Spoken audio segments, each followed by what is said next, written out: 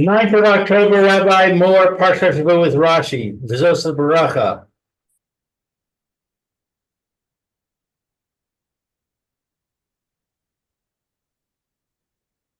Hello. Hello. Shel Alma Al Bazakai. Kama Beauty Bank. Okay. Say that. Okay, fine. Say that. Okay. Yeah. Okay. Let's go. Rabbi, just to confirm the schedule, tomorrow you're teaching, and then Hey. Rabbi, can you hear me? Rabbi Moore? Yeah. It's whose turn is it? Mayor, your turn? Nobody can hear. No? Oh. Well, maybe he can't hear us. You can hear me now? I can hear you. You hear me? Yes. Can you hear us? Yeah. Can you hear me? Okay. Can you hear me? Yes. Okay. So I want to ask you a question. Can I ask you a question? Yes, please. All right, schedule-wise, tomorrow you're teaching, correct? Bezrat Hashem. And then that's it until the 27th of October, correct? 27th of October. Let me see what it is. That's after Yontif? Yeah, after Yom Tov. It may even be. You want to teach next week? No. Next week is for sure out. I'm just even saying otherwise.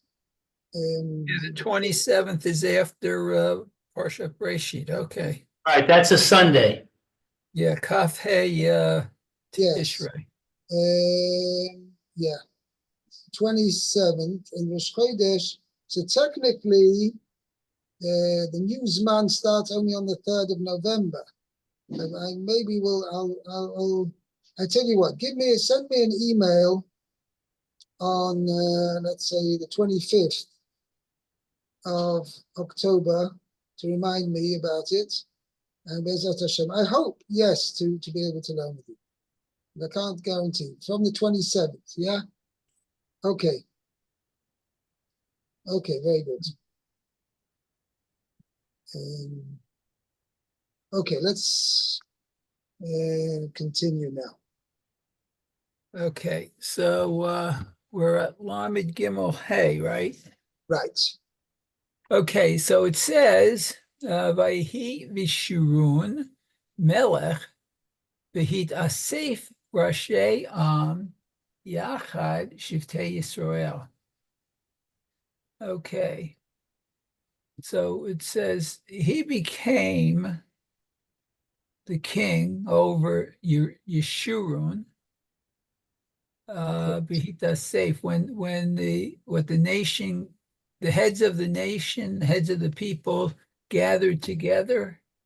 When the heads of the people gathered together, Yachad Shiftei Yisrael. Oh, so the tribes of Israel were united. Oh, okay, Yachad.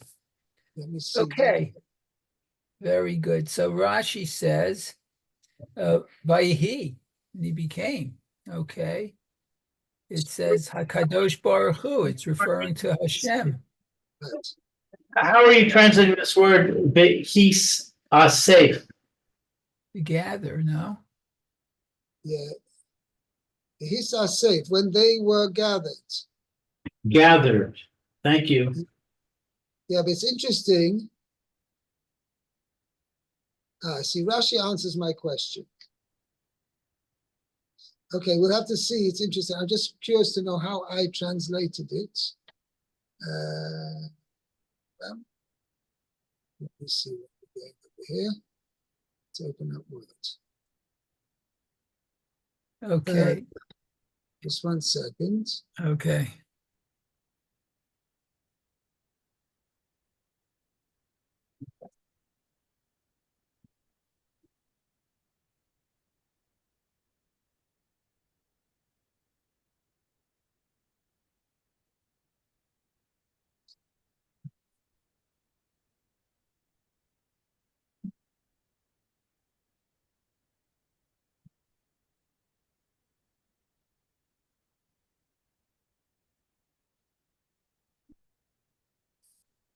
Second.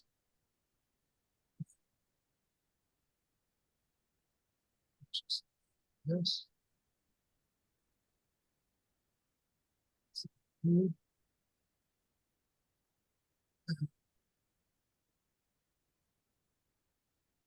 Okay.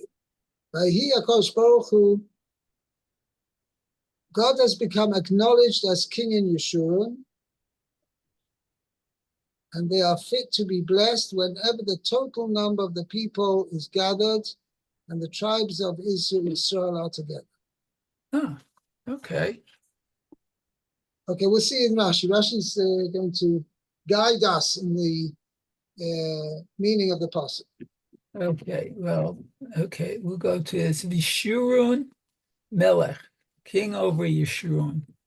Tamid ol malchuto alehem. Always the yoke of his kingdom, I guess, is over them. Is upon them. Is upon them. Okay. And then, okay, now we go to Behit Asaf. Why is the Jewish people refer to it Dafka as Yeshurun? I do not know. Well, that's a good question. I think we see that happening too, yeah. Okay. So Behit Asaf is that when they're gathered, okay. Bechol Hitasef. Oh, at any gathering together. Let's see. Rashi Cheshbon Asifatam. The heads of Rashi Cheshbon. That's a accounting sort of. Yeah, so Rashi's it's explaining Rosh does not mean the heads of the people. Roshi means the total amount of the people. Oh, so that's the total amount. Okay. Right, like you have Kisi Sos Rosh B'nai Yisrael. When you want to want to receive the total number of the B'nai Yisrael. Okay, that's Kisi Sos Rosh B'nai Yisrael. Nosa is Rosh B'nai Gershon. Wherever you have, every time the term Messias Rosh means to accept Kisi Sos Rosh B'nai Yisrael of Kudehem. Okay, that means when you want to receive the total number. So here, Behis Asif Rosh means when the total number of the Jewish people are gathered. Okay. That's what Rashi says. Well, he's going to go deeper into this. It says Whenever the Rashi, total number of the people is gathered. Rashi, which he translates numbers. Okay. Gemo kiti sa et rosh. Okay. Then Rashi fills in over here. Re'uyim elu shavarchim. They are fitting to be blessed. Okay, hold on. Where's that?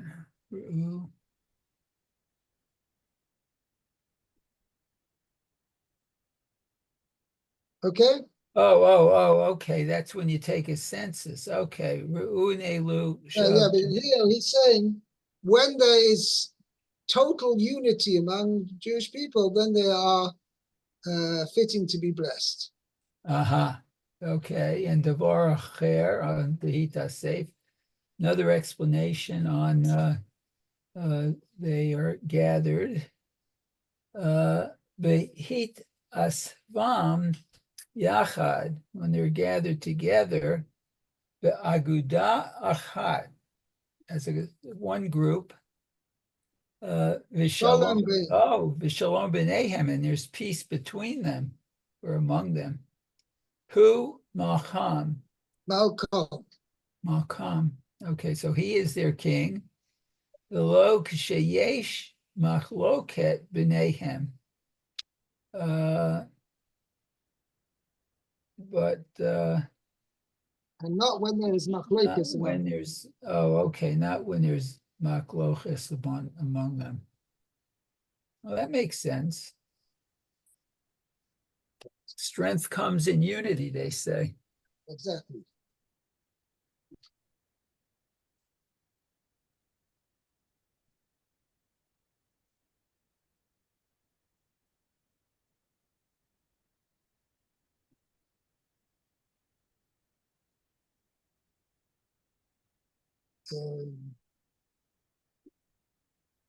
Yeah.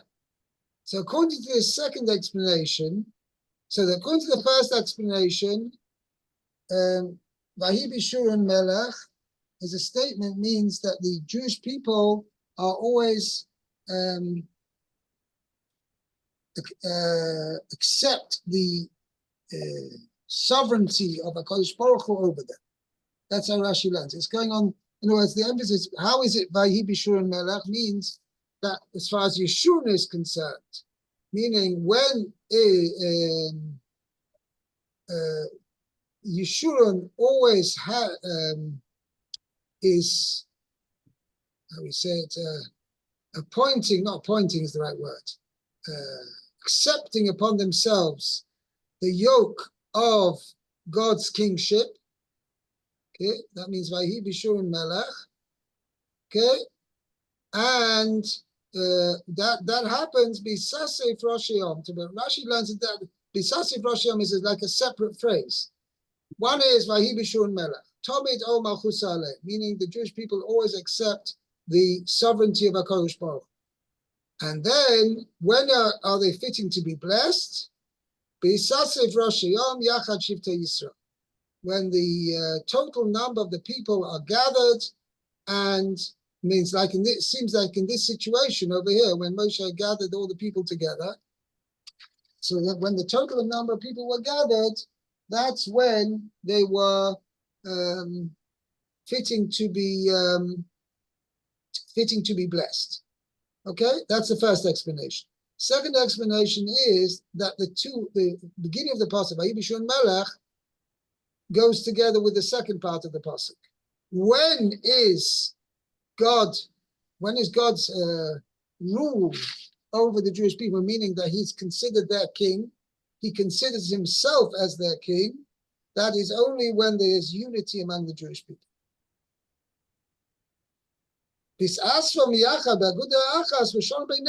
Who Malcolm, then he's their king. Okay? Okay. Okay, yeah, let's go on to the next pasuk now. Lou, pasuk Vav. Yehi Ruvain V'al Yamos Vihi Misav Mispar. Right. Let's see. Yeah, by the way, this is one of the things, you have it in a number of situations that sometimes where you have a commas and then a vav at the end, there's a yud put in indicating plural, but it's not really sounded. There's no, it doesn't say mesoiv, right? It says vihi mesov mispar. The yud is silent. When I don't know, maybe there was originally there was a difference in the pronunciation of a tof with a commas plain without the yud or with the yud. I don't know, but for instance, the marshal, when you have a chirik, it's good example.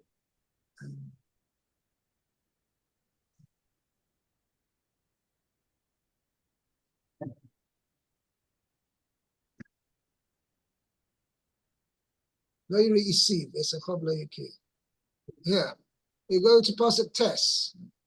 Okay,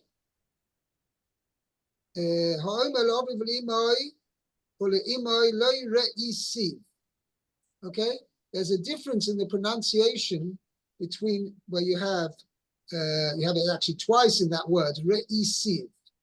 Okay, so you have a chirik under the aleph, followed by a yud, and then you have a chirik under the sof, under the tov, followed by a yud.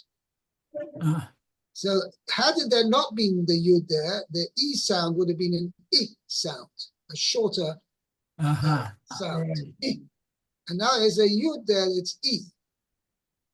It's similar to a difference in English between an I sound and a double E sound, right? And short chirik is I, which was like an I sound, like a milk, okay? And with a yod, it's like meat, right? E. It's a longer E sound. Okay, so that's the difference. If it without the yod, there would be re'esiv, and this is now re'esiv. And for instance, in the previous, before that, ule imoy. It doesn't say ule imoy, but it says ule imoy. So the yud under the chirik under the aleph is a short chirik, E. Whereas if it has a yud afterwards, it's a long E. Okay? But when it comes to this, comes to a komotz, okay, he mesov, the yud is silent. So we don't differentiate between whether there is a yud there or not a yud there. It's the same sound. Okay? Let's translate the pasuk first. Okay, so may it be that Reuven will live and not die, and may his men be counted. Okay, so now it's interesting what the word mesov, where does that come from? Okay, so I think I translated may his people. And may his people be considered one of the number. Okay, so that's according to Rashi. Okay, but mesov, it's interesting. I think it's the Ibn Ezra, I don't remember. This word comes in a few places, but most notably we had in Parsha Devarim. It says Kol Ir Mesim, and there the Ibn Ezra says Mesim means mortals, people who die. It means how would you say it? I guess it's basically translated as a word as people. May his people be considered one of the number. That's how I translated it. We'll see in the Rashi over here. So Vayehi Vechi Ruvain. Oh, Yechi, it's with the yud there. Yechi Ruvain. B'olam hazeh, may he live in this world. Va'al Yamos, and not die le'olam haba, in the world to come. Shelo yizacher lo maaseh vilha, that it should not be remembered for him the incident of Bilhah. Okay. Right. So that's interesting. The Torah says, the way the Torah portrays it literally, yeah, is that the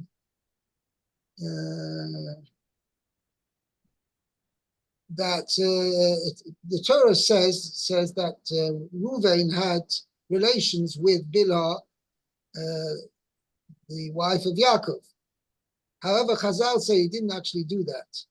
But the problem was that what did he do? He moved Yaakov's bed from Bilhah's tent, right, to Leah's tent. Because he felt that after Rachel had died, the main place of Yaakov's bed should be with Leah and not with Bilhah. And obviously he was mixing in matters which he should not have done so, to say the least. Okay? And the Torah considers that mixing into those matters as if he'd actually been immoral with Bilhah. Oh. Okay? Okay. Vihi misav mispar. Nim nin b'min yan sha'ar echav. May they be counted in the counting of the rest of his brothers. Dugma hi zo. This is something similar to ka'inyan she'ne'emar, the matter which is said, Vayiyu v'nei Yaakov shenem asar. I'm sorry, I missed the beginning. Vayishkav es Bilha Vayiyu v'nei Yaakov b'shneim asar. And he lay with Bilhah, and the sons of Jacob were 12. Shalo yatsa min ha-minyan, which implies that Reuven did not leave the number of the sons of Jacob as a result of his sin. Right.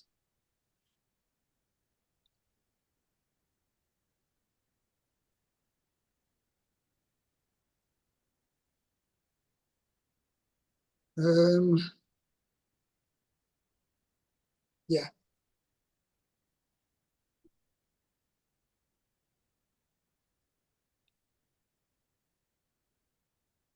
Okay. Right. So he was still included among the other sons. Okay. Yeah. Let's go on to the next pasuk. Pasuk Zay. Okay. Yeah.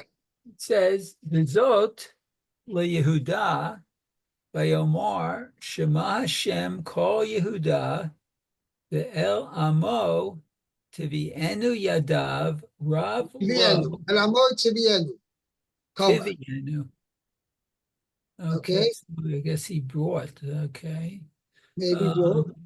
Okay. Yodav Rav Loi. Rav lo ve'ezer mitzarav tihiyeh.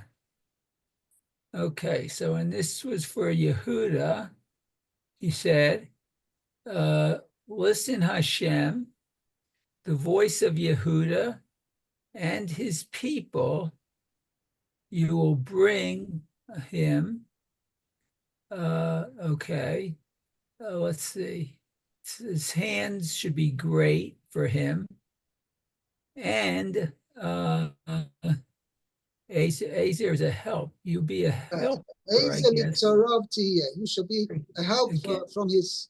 You are Kosh should be a help to him from his adversaries. His adversaries, yeah. It's Sarah. Okay, very good. So it says Vzot Yehuda, and this is Yehuda. Samach Yehuda leRuvain. Okay, so Yehuda is next to Ruvain. Mipnei sheshenehem hodu, because they both of them admitted al kilkul shebiadam, on the kilkul. Was that which he had done? Okay, the mix-up kilkul. Both of them admitted to what to a wrong, something, a kilkul, something they had done wrong. Something they did wrong. Shenemar, as it says, Asher Hachamim Yagidu V'Gomer, that the wise people declared, okay, Lahem Levadam V'Gomer, to them by themselves, alone, I guess. Below Avar Zar B'Tocham, no stranger passed among them. Okay. 1 second. Shenema asher chachomim yagidu lahem levado, v'lo ova zor b'seichel. So what does that mean?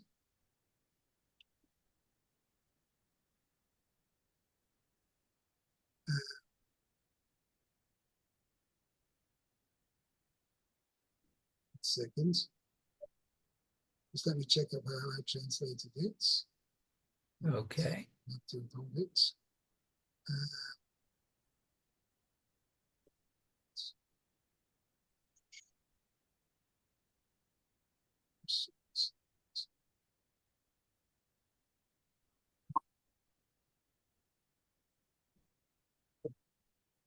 To open up over here.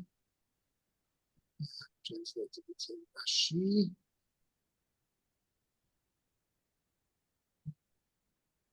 Oh, excuse me.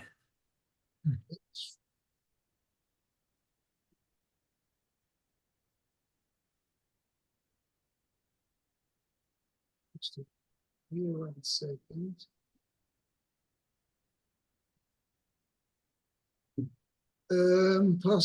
Possibly on Pasuk Zion.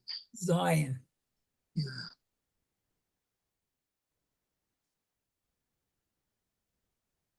Long had that. As it says, Asher Chachomim Yagidu Lahem Levadom V'lo Avazeh.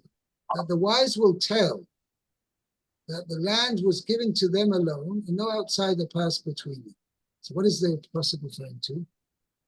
Tan Chuma expounded. When could no outsider pass between them? When Moshe came to bless them. The outsider in this concept refers to Levi. And he was so called for, although he, together with Shimon, had said, come and let us kill Yosef, we do not find that he admitted this error, as had Reuven and Yehuda. Oh. So he is this thing.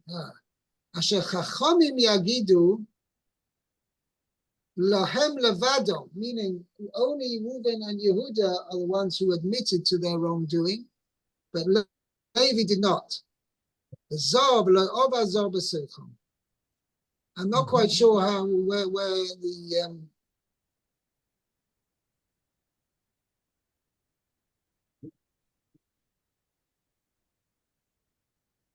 he says a different shot in the Sifs of Chum. Shehizke Acha Reuven es Levi, Hafid Ishme Israel.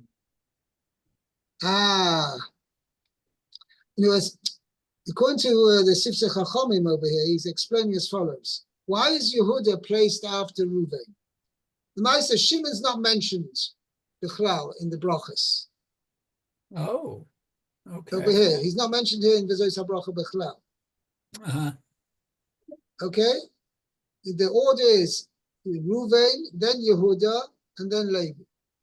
So the question is, why isn't Levi placed after Reuven? In the order of birth, it should be Reuven, Shimon, obviously then, but Shimon's not mentioned, then Levi, and then Yehuda. So why is Yehuda placed together with Reuven?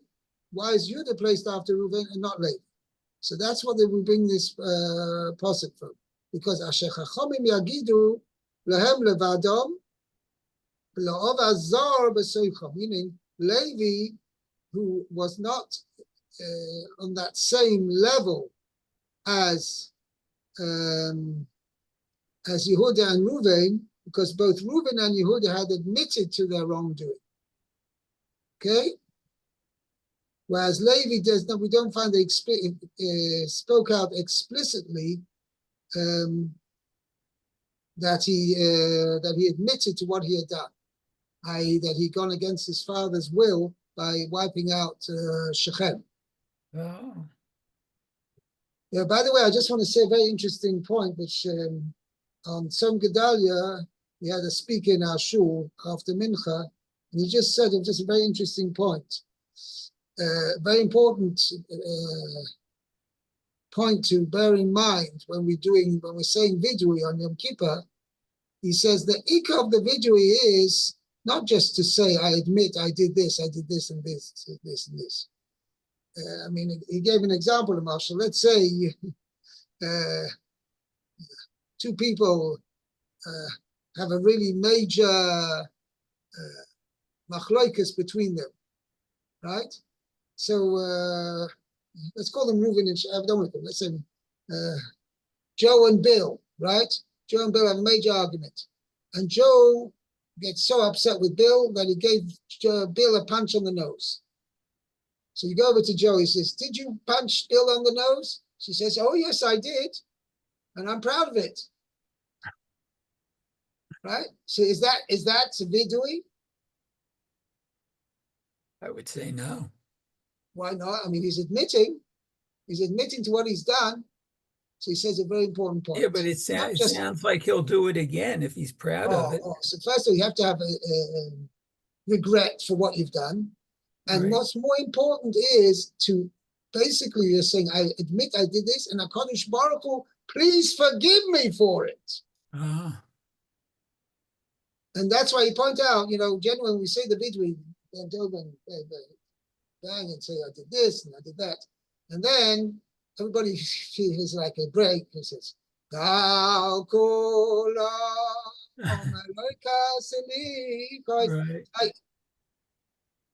That is the main part of the vidui. That we ask, besides, and all these things which I've done, HaKadosh Baruch Hu, please forgive me. That is the major part of the vidui. Just wanted to point that out before we close for today. As Hashem, we'll see you tomorrow then. Okay? Okay, very good. Have a good day, Rabbi. All right. Okay. See you later.